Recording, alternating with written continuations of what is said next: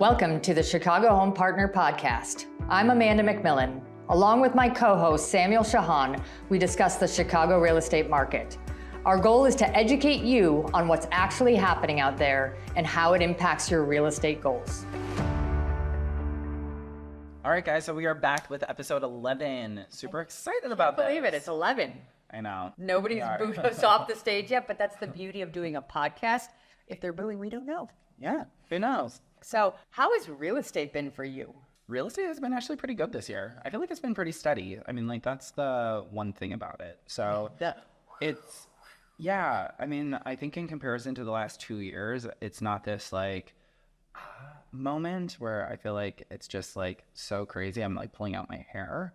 This year, I feel like it's a little more normal. It's a little bit more normal. I feel like, I mean, obviously we have our challenges in this market, but I feel like we're having really fun time with all of our clients, and I feel like we're creating success for a lot of them. So, what do you think the biggest challenge that you're seeing right now is? The biggest challenge for our buyers, I think, is still like inventory. I mean, there's a couple of clients that I have that literally not one property has come up in 2 months. Yep. And unfortunately, at this point, it's like, all right, are they priced? Like, I think they're just starting to get priced out. And so now that's the reason why because obviously prices went up the last couple months. Sure. The inventory issue's been very, very real. I mean, obviously, thus far in the year, we've seen that's really been benefiting a lot of our sellers. Yep. But it has been a challenge. I think you and I were talking about the fact that even when I was doing a listing presentation last week in Bucktown, 2-bedroom, 2-bath condos in Bucktown were down 60%. Yeah. Inventory. The amount of ones coming on the market were down 60% in the last year. Now, we didn't have enough last year. Yeah. And so it just kind of goes to show. That being said, this is where we get excited about the second half of the year, right? Yeah. Hopefully the dynamics change, and we've got some really good questions about this. And maybe we should just jump right in. Our first question, I think, really kind of talks about what we're hitting on. You and I talk about seasonality all the time. So what is seasonality, and how is this affecting our buyers and our sellers? So seasonality is how the different seasons of the year essentially impacts our market. Now, we will all say that every year is a bit an adventure, and every year is a little bit different, month to month, week to week, area to area. There is no true localized. But the reality is that, when you've done this as long as you and I have done it, and you kind of start to see some patterns, right? Yeah. So patterns show us when we have the most amount of buyers and sellers on the market at one time. It tends to be our spring market, which people are always surprised. We're talking about spring in February. Doesn't feel like spring. No. It'll still have snow on the ground, but yes, we're spring. We're spring. But, that's the time when we tend to have our most amount of inventory, but we also have our most competition. True. It's the most cutthroat, so the most choices, but the most competitors as well. That is a time that typically we tend to see prices sell at a bit of a premium throughout the year. Yeah. Our summertime market in general tends to be a little bit of a different change of pace. I always talk about that the market takes an exhale after the spring market, right? Spring market, we're a little crazy. We're kind of moving and shaking and doing a lot of things. And then summertime, most people are surprised. Most of my clients are surprised when I tell them that the summertime market is one of our more quiet ones. I always joke and say nobody wants to spend summertime with their real estate advisor. Just because it's the time that we wait for all year, right? We want to get distracted. Festivals and we want to enjoy summer. Pool time, beach time. All of that stuff. Traveling.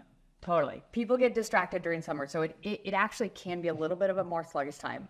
I always find like the spring market, you ramp up the pricing, and then the summer market, it stabilizes out. It balances. For certain. So fall market is always what I call the wild card. It's a hit or miss. Like for me, fall market is completely dependent on the state of the world, right?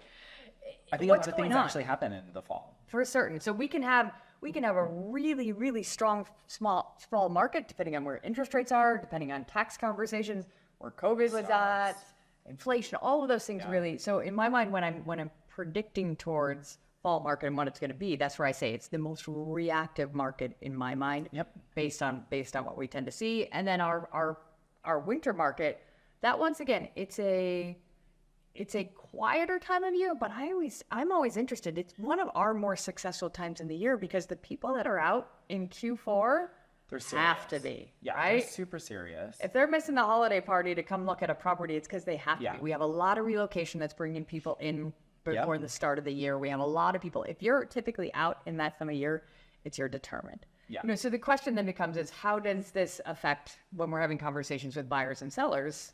How does seasonality play into it? Well, I think it just depends on when we're talking to buyers, what their needs are essentially, right? So if you're looking for a needle in the haystack, maybe we would need to be in a little bit more competitive market because there's more houses, more homes on the market.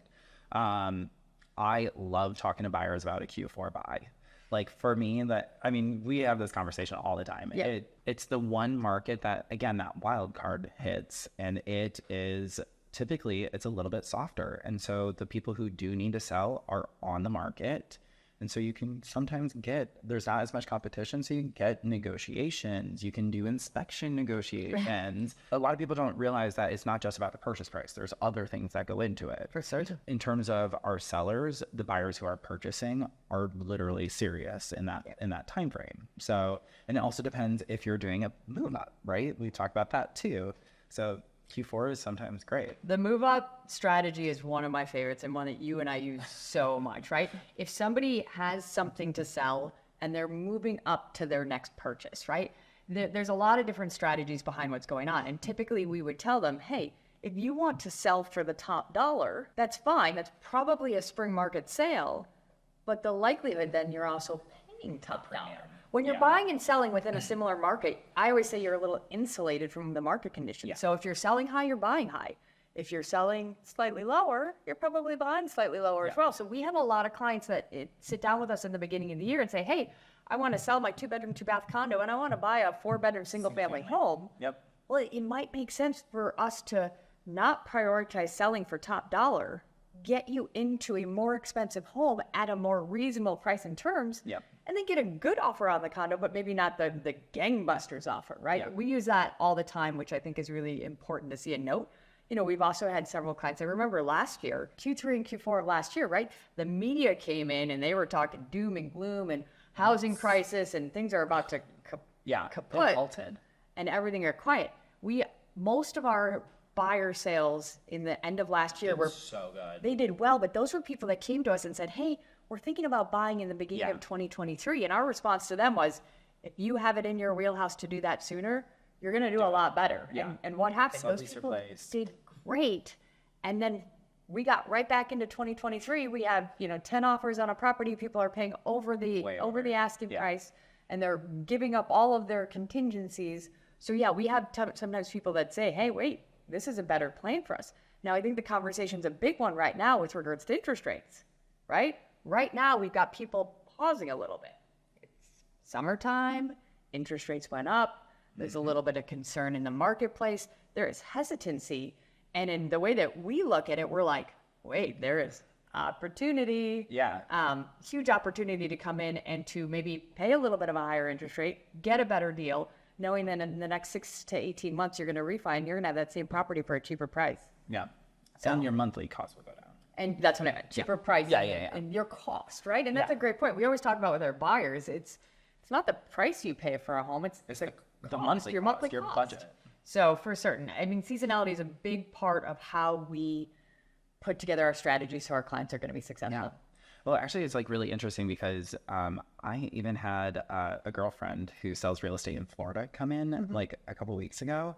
And so we went out to dinner and just had cocktails, and it was so interesting hearing her conversation about seasons because she's like, in Florida, we don't have seasons. Yeah. And so but don't they see seasons from their snowbirds?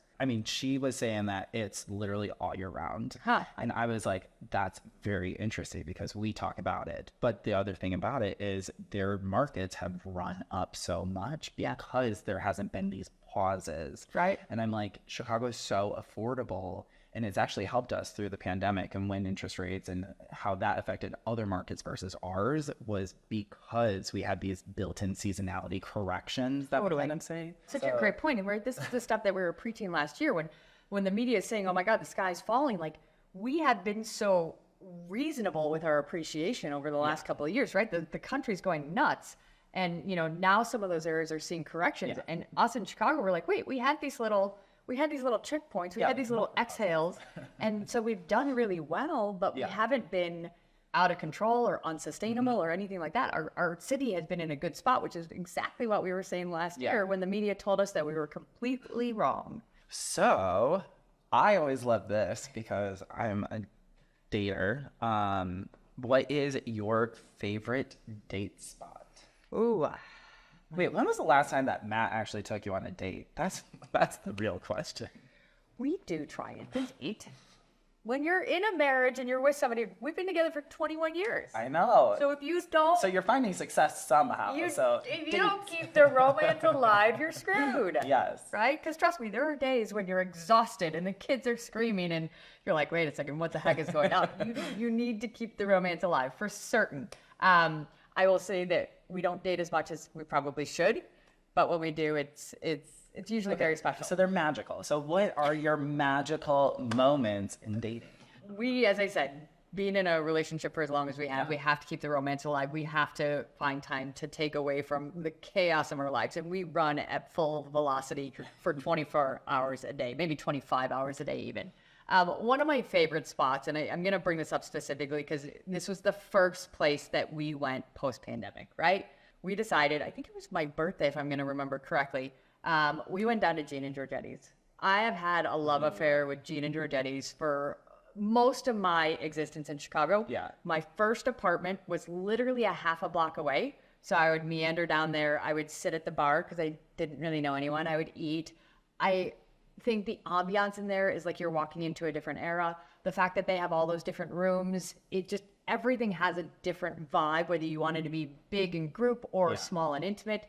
When we went post-pandemic, we actually sat outside because that was our comfort level. And just sitting there on the urban street with the train moving by, it was one of those Nothing things. screams romance like the L just whizzing past over your head. No, it was one of those things that it was just that sense of urban after a time period that we hadn't had it. Yeah. That was something that felt fantastic. The food is, in my opinion, definitely one of the best steakhouses in Chicago. I have never had a bad meal there. Everything is always fantastic. The staff is great. I mean, and on top of it, the family that owns it are phenomenal people. So we can support a local restaurant that are run by a phenomenal family with great food. And then literally no matter what I know we're talking about date spots and that for me, but I've had so many different events there that are always fantastic. So that's one of my favorite. I mean, it's like classic Chicago. It's classic Chicago, Isn't right? it one of the oldest steakhouses in the city? I think it's got to be close to one of them. If not, I mean, it's definitely up there. It's been around forever. Yeah. So, I mean, I've been around for a long time too. And as I said, my first apartment in the city, which I also paid $720 for in that location. I'm dating myself now. I think that might have included parking too. Because my first apartment in River North was $800. Yeah. So, granted, mine was 350 square feet. So that was mine too. I couldn't invite anybody over because it was just a bed and I felt embarrassed. What would you do? Invite somebody over and be like, hey, do you want to come hang out on my bed? It seemed very forward. Yeah. Well, I was actually just telling somebody about this story the other day was when it was my birthday weekend and gay pride weekend. And I lived in that 300 square foot studio and I literally was so tired by the end of the weekend. I put a pot of noodles on the thing and I fell asleep in the bed. Well, it started billowing smoke everywhere. And so my neighbor called the fire department. And this is a 300 square foot studio.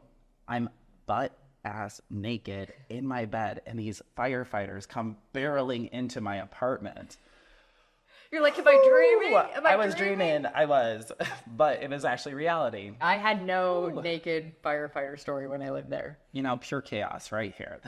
You give really great stories. So, Samuel, you are out on dates. I am, yeah. So I actually like a ton of different things. I think it just depends on what I want to kind of do. I love activities. Sure. So going to a bowling alley, doing spin, which is the ping pong bar downtown. Oh, I thought you meant the older spin on the bicycle, and I was like, I don't know if I want somebody seeing me huffing and puffing quite yet. No. Definitely not on a first date. No, Susan Sarandon's restaurant. Oh. It's a ping pong place. It's awesome. It's on state. So I could show somebody how uncoordinated I am at ping pong on a first date. Yeah, exactly. I don't know if they have a bar there, so you get a cocktail. Oh, good, because a cocktail would definitely help my coordination. Yeah. Okay, so ping pong? I really love roof decks. I think they're just sexy and pretty, and obviously they all have really good views. Yeah. So I just like going there. So like LH, which is London House, like that's awesome, right over the river. Yeah. Cindy's roof deck is amazing as well. Yeah. But yeah, I don't know. I agree with you on the activity though, because I think that's fun. There's Park and Field over in Logan Square. Yeah, that's always super fun. cool because right, you've got the bonfires, which is fun. You can play bocce. They've got a good bar with a good beer list. I mean, that's a kind of a casual. Yeah. But still things to do, right? If the date isn't Surge going is well. right across the street from there, which is the pool house. Like that's always fun. Yeah. Oh, I love an activity. The one that I need to do is Royal Palms. I think that's still on my to-do list. It's in Logan Square. It's like a shuffleboard bar. Oh, and yeah. I didn't know the name. Yep. Has the roof deck. That's supposed to be really cool, and I have not been there yet. So, I get you. So if you want to date me, take me. You heard it here, ladies and gentlemen. Samuel would be like to be taken on a date at Royal Palms. Do you have for more information? Maybe we could like auction off a date with you or something. Yeah. Raise awareness for a charity. Yeah. I think I'm onto something here. Okay. What's happening with home prices? What's happening with home prices? I guess it depends on the market that you're like looking in. So always. Yeah, because we just did a listing presentation downtown, and prices downtown have definitely come up, but I think they're still soft, which is sometimes a hard conversation to have with clients. Especially depending on when they bought it. Sure. But so that's been good. I think the urban markets we've been seeing, especially like in that condo markets, I think they've been doing really well. We've been seeing prices appreciate there. Yep. But I think with the seasonality, I think prices are going to start stabilizing. Yeah, for me, the home price conversation is always an interesting one this time of year because essentially, last year, if we look at all the neighborhoods that we service, if we look at all the different types of properties that we service, we saw that the averages at the end of the year were right around 3.4%. Yep. Super sustainable, really good, healthy numbers for us. I think even the year before in the pandemic heyday, we were still under 8%. Yeah. So we've been very sustainable.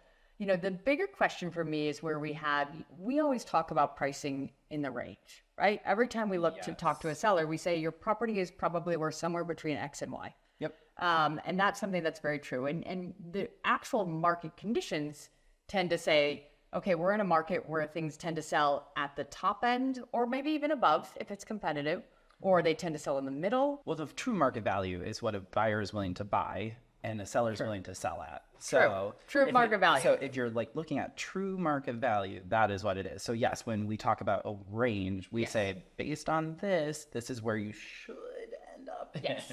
And then the market, absolutely. Great point. And then the market conditions come in and say, typically in this type of market, things are on the lower end of the ranges or the middle end of the ranges or the high end, or if it's uber competitive, we tend to actually see things outperform the marketplace. So this is a time of year, as we've said several times, where the market starts to exhale. This is a question I get a lot, right? We have a 2-bedroom condo that we sold for, that we told clients were worth about $500,000 3 months ago. We happened to get 8 offers on it, and the property sold for $540,000.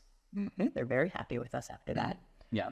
Fast forward to now, we take a look at that condo. We might put that same condo on the market at that same price and do the same things, that $500,000 price tag, and we might sell for $500,000. Because you may only get one offer or 3 you may offers. get one offer. So again, that market condition. The question is that we get all the time, has that condo lost value in the last 3 months because of that? Now, my response to that is no. Yeah. Is that market conditions caused that condo to sell for an absolute premium because it made sense to that buyer at that time to outperform the market. Yep. But that condo still probably was a $500,000 condo at that time.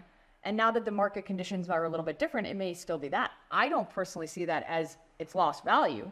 It's just stabilized in the valuation of it. What do you think of that? So when you're like telling your clients it's a $500,000, are you actually saying it's 500 or you're giving the range? I'm giving the You're range. saying, I'm all right, giving- I'm it saying would be between like 495 and 515 or something like that. 520 or Absolutely. something like that. Absolutely. And so the market condition is saying, all right, it's skewing towards the high end, For certain. but there also may be a premium that somebody's willing to pay in this market. Totally. And then also changes the way that we price things, right? When the market is uber competitive, a lot of times our recommendation is to slightly get more aggressive, price on the lower end. Now, you don't ever want to overprice. Overpricing is like the death of listings, right? Yeah. So you never want to overprice it, but we may have been saying, hey, maybe we said that on that $500,000 condo, maybe the recommendation was $495 to $515. We might have priced it at $500, knowing that we could get competitive, knowing we could get to $540. That might be something now that we price at $515. Yep. Knowing that we may, negotiate. yeah, absolutely. But like, I think that's the big thing, because this is when we start to see these things happening, we're giving you the warning. This is when the media comes in and says, whoa, guys, home prices are down. Now, the other thing to note is that home prices are averages, right? When the media comes in, they're going to talk about averages. So if we Or had the median. or the median, even worse, right? That's the problem, right? If we're talking about 2-bedroom, 2 baths in Bucktown, right? We've had this conversation several times. And if we only have 20 sales in the first 6 months of the year versus 40 last year, every data point has a bigger impact on it. Every data point means more. And so if we had a less sell at 500 and more sell at 400, right off the bat, it's not necessarily saying the market's declining. So statistics are something that I love, but they can be misleading. Yeah, and we can skew them however we want. I mean, like, I always... You and the data. No, I mean, like, not necessarily. No, but I think you have it to also just depends on what data points you're looking at. Is it data or is it data? Data. I say data. I say data. Well, I'm from Tomato. Wisconsin. I'm from Wisconsin. It's that accent coming in. But I mean, like, so I like, when I look at data points, I actually like to look at, like, kind of like a rolling data. So, like, is it 3 months? What's the 3 month aggregate? What's the 6 month aggregate? Because then that can also help determine Probably the longer the what's term actually going helps. on. And no, you absolutely, it goes back to, you just can't take a look at something, a headline or anything like that, without understanding all the pieces to it. Because as I always say with data points, is that you take it with a grain of salt, right? You have to be able to understand really what it's meaning. And even when I sit down with my sellers and we go through, I exhaust them ad nauseum and say, look at this graph and look at this graph and look at this graph. And then say, I'm just taking that as a high level impact, because it only tells us a small story, and the story can absolutely be skewed when we have left inventory. yeah, especially like with the down 60%. I mean, like, we even talked about this with the price, like going on listing presentations and trying to price homes right now is very, very difficult, because 2 years ago we can say, all right, based on all these homes that are on the market, it's easier for us to kind of put it in a nice, like, little tiny package box. For certain. Whereas right now, if you only have, there's a couple homes selling here and then a couple homes selling Nothing here, since but you're end not, of 2022. there's $100,000 difference. Yeah. Okay, well, how do we, like, skew it? And so that's where our ranges come in. And again, unfortunately, real estate prices, it's an art. It's not an exact science. It's not math, unfortunately. It's a very gray area. I know a lot of our clients get pissed at us because they're not pissed at us, but they get frustrated because we can't necessarily always just say this is the number. Everyone knows that I am incredibly analytical, right? Yeah. I love equations. I love systems. Yet I seem to have found myself in a career where the valuation exists in a gray area. This is something that is like the bane of my existence. But the reality is I've had to, over time, think about the why. Why do we represent a product, not to diminish a home, but a product that essentially the valuation is so gray? And the truth is, the answer is, it's us. It's human. Human element. Yeah. We represent a product that has so much human element in it, and what's valuable to you might not be valuable to me, and your situation might cause you to do something differently than mine. And every transaction has all of these different components in it. Totally. So at the end of the day, it's like, I think somebody once said it to me, is that valuing residential real estate is like trying to hit a moving target while blindfolded. I could see that. Did I ever tell you that I actually, like Zillow's Zestimate? Did I ever tell you, like, in college, I actually built out an algorithm similar to it, and I took all the data from MLS and I, like, put it all together. It was a train wreck. Oh, I was like, Samuel, you're talking my language here. No, I mean, like, it was great. But just like the standard deviation is just so hard because you have so many data points within just a house But it also confirms why in the conversation we've had before that why Zillow unfortunately is incredibly inaccurate. Yeah, it's hard to rely on the systems the way that they do to try and create what they try and create. Which is why they got out of that business. unfortunately. They thought they could do it. Yeah. That's why iBuying was so popular, like when they started it. Yep. They were like, we can do this algorithm. It will tell you this number. Yeah. We'll buy it at this number, and then the algorithm will change, and we'll sell it at a premium, or like we'll sell it. And Yep. they lost a ton of money. Yeah, it and didn't so go well for them. it really just demonstrates that. They needed to stick in the entertainment business. But no, humans are gray area, and so Totally. like that's the issue. You can't predict that. No, I mean, of course. we can try, but we're trying with AI. Right? We'll see actually how that. That's a affects different it. conversation for a different day. Yeah, exactly. What's your favorite summer tourist activity? I love getting people to come into town because to be able to be a tourist in our city is amazing. Like, I love our city, and the reality is when you live here, you tend to not do it as much, right? So it's when you get people to 1000%. come in town that you do these things. My hands down favorite is going to be the architectural boat ride. God, but dang it. I'm going to put a side note on it. At night. You Ooh. can do it at night, and especially if you do it on a Wednesday or a Saturday, You get the fireworks. you get the fireworks at the end. So we did it. The last time we went, we took my mom down for her birthday. We had dinner downtown. We get on, and just to see the city on the architectural boat ride is just something that I love it. It's so much fun. It's so beautiful. Yeah. I think our city is just a beautiful place.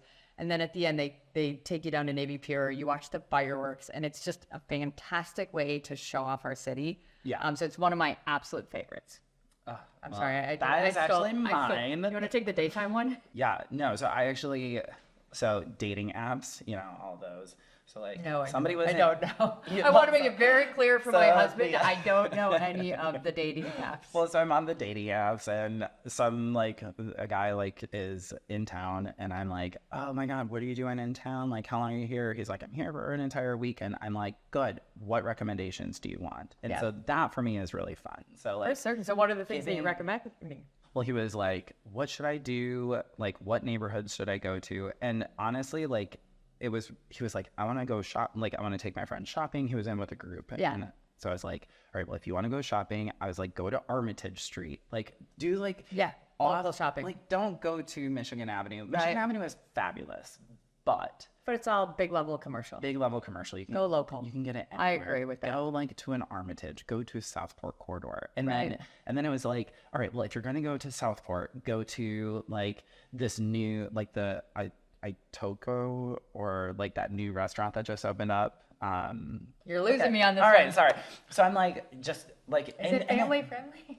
it is. Oh, yeah. well, It's then supposed I to be. can go. It's the people who do Mamataro downtown. They gotcha. opened up a new one, and it's where the old bowling alley used to be, Southport Lanes. Yeah. So it's that building. There's okay, two exactly. two Yeah, new yeah. restaurants in there. Ah, but check that out. it's supposed to be so good. Yeah. So I was like, go here. Like, and you just say, all right, well, if you're going to go to these neighborhoods, it's so fun to just say, all right, here's a little itinerary. I literally wrote an entire book for him in this like dating app. I never even, and at the end I was like, did you go on a date with I was him? like, actually, should we meet up though? But we ended up never doing it. So. Got it. So on the one thing I'd say, because this reminds me, the one thing that I would not recommend, because I've got a little bit of a personal beef with right now, Segway tours. I've never done them. Oh, Have you? did you get hit? No, but I have a beef, and I'm happy to go into my beef. But have you ever done them? No, I've Okay. never done it. So my beef is, right, we had NASCAR this summer, which people were very opinionated on how they thought it went. But he came out with a post or an article afterwards, very vehemently talking about the negative impact of NASCAR. And he took it to a very personal level on how he was saying, I get that parts of the city thrived, and I get how hotels and restaurants thrived, but he kind of took it back to, my business didn't thrive because of it, and I thought it just made things more difficult because the things that I tried to do were negative. And my thought process is that is a very selfish perspective Yeah. on how that happened. Because you know what, right, wrong, whether you like NASCAR, whether you don't like NASCAR, whether you think it was a complete flop, or whether you think that it actually brought some good stuff to our city, it did bring people into our city, and they did spend a lot of money, right? So I haven't ran the statistics on Yeah. it. So I actually don't personally know. Yeah. I had friends who went, and it got, I mean, Mother Nature, It- unfortunately. so I heard that the actual race was super cool. Yeah, I heard that Like too. I even had friends who like took their boats down to the harbor. Oh, that's on awesome. Monroe, and just like they were like all you could see was like the tops of the Yeah. cars because of the barriers, but they were like it was so cool. Yeah. And I had friends watch it online, and they talked up Chicago. Yeah. A lot, which Yeah. is amazing. So good for us. So there are certain things that were super positive that came out of it. Yeah. But I heard that they canceled the concerts. Mother Nature, right? Yeah. I mean, it's hard. And then my friends work in the hotel industry, and they're like, it was actually like Taylor Swift sold out way more hotels than Taylor Swift sold out like 98% of the hotel rooms in all of Chicago. It was like a record-breaking number. NASCAR and Taylor Swift are probably on different thresholds. They are. So for they're sure. like, I don't know if this is worth it. But actually, I think it's worth it because literally all The attention in the streets. I'm like, the streets are so nice now. I'm like, I used to like be so afraid, like even riding my Potholes. motorcycle down Lakeshore Drive because I was like, oh, there's so many. Like it was Yeah. uneven. You know, the hard part is Mother Nature crushed it. I mean, literally, our city was underwater, and that's something you know, maybe they should have been more prepared for it. They literally reversed the river Yeah. again and let it back out into the lake. But That I is still, insane. but I still look at it and say, you know what? I'm part of this city, and you know what? There was absolutely aggravations that I had from that going on. Traffic was a nightmare. Getting around the city, I Thursday couldn't show property downtown. Right? Yep. There were definitely negative impacts, but I'm looking at it saying, hey, Chicago got some great publicity, got some negative publicity too, but it got positive publicity from another demographic that is not used to always coming into the city. Totally. And that's where I look at it and say, did it benefit me anything personally? Not really. But am I going to go out there and say, oh my God, this was terrible and a pain in the ass and this totally ruined my industry? No, I'm going to be happy for the industries that thrived off of it. I'm going to be happy that our city got there. And I'm going to keep putting out that positive energy because the reality is it's not just what about me or what about you. It's if our city thrives, all of our industries thrive in the end. I actually had this conversation the other day with one of my clients, and he is like, because the new mayor is coming in, and he was just like, he's like, I used to be really positive about the city, and now I'm not. And I'm like, the city is still thriving. This is the one thing that you don't realize. Yes, you're going to have those negative things, but is it actually personally impacting you? Like, that's the one big thing. But then I'm like, we are advocates for our city. What we spread is what everyone is going to look at. And so, I'm with you. I'm like, I love the city. I'm never going to move. There's so many different positive things. Well, that's the thing. You and I talk so much about it because, right? New mayor, as you brought up, I got a lot of calls to say, oh my God, how is this going to impact real estate? And I'm not, I don't like this and this and that. This is every election we have. This is every time we have taxes go up. This is every interest rate hike. Like, we get very overwhelmed with how it's going to have this huge crushing impact on what we do. And the reality is the majority of people really like living here. And so we figure out ways to make it work. Yeah. Is everything going to be in what feels like our best interest? No. But if you love the city and you love promoting it and you love the lifestyle that you have in it, you're going to figure ways out to keep going, which is exactly what we do. There's no other city like Chicago. You and I are biased to it. I hate the cold of it, but I love the city, which is why I keep staying here and I keep figuring it out. Yeah. And I keep investing in more long underwear. All right, last question is, it's August, so best ice cream in the city. I like ice cream. Oh, yeah? Okay, well, that's good. I like sweets. Dessert is like a major food group for me. Okay. So ice cream's a big deal. I'm the opposite, so what are yours? Ice cream is a big deal in our household. Yes. I mean, I can start as basic as the fact. Ice cream and popcorn. I'm like, between the two, I'm like, you guys do eat a lot of sweets. So when we start combining the two. Anyway, so first and foremost, like one of the best treats for the summertime for the girls is that we have an old-fashioned ice cream man who goes through our neighborhood once a day.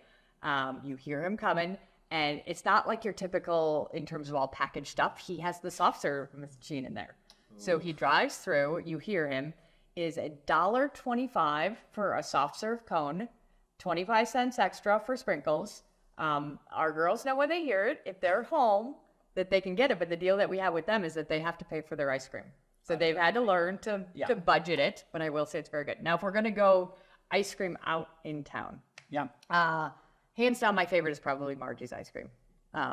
Old fashioned, you can get like a really good banana split. I mean, it's got all my favorite things: ice cream, whipped cream, strawberry sauce, chocolate sauce, and bananas in one plate.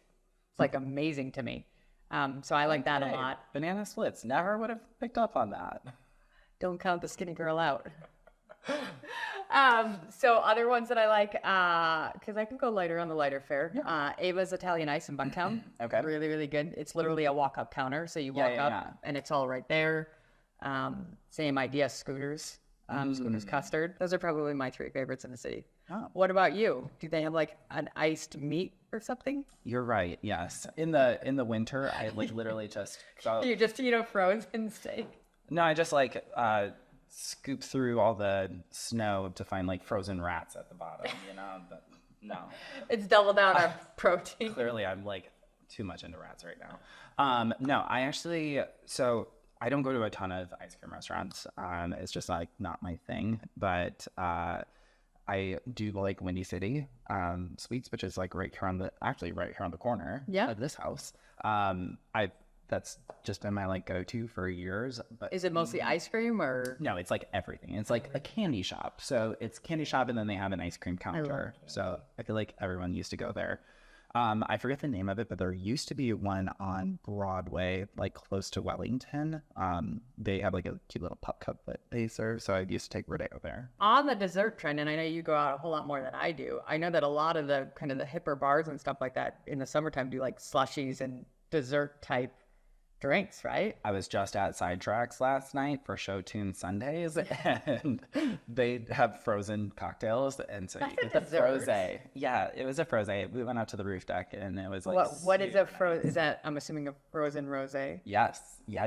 It was so good. Look, I figured that one out. Yeah. But back to like ice cream. I mean, Mario's Italian Ice. I feel like on Taylor Street. I used to. I used to live right there, and so it's so popular, and everyone always talks about it. So it's a Chicago classic. But we're gonna have to introduce you to more ice cream. Yeah. Anyways, I think we made it through all of our questions. Yep, we're done. We're done. Fantastic. We've got hopefully some good weather left to enjoy. Yeah. Hopefully everyone. August, September, October. I'm adding November in there too. November is always hit or miss. You always get the like second fall. Oh, it's called Indian Summer. Indian Summers. Yep. I'd like that to be elongated. I'd like it to be 65 throughout November. Well, me and the good man upstairs, we have a like this? Yeah, so I'll put in a good word for you. Awesome. Well, we hope that all of our viewers enjoy the rest of summer. Yeah. If you like this, make sure you subscribe, share it with your friends. It's a great way for us to like get the word out, but then also just make sure that we keep on getting more followers. And if you subscribe, then you don't miss out. Totally. And I think you'd miss out on a lot. Yeah, we're fine. Until next time, Chicago. Until next time.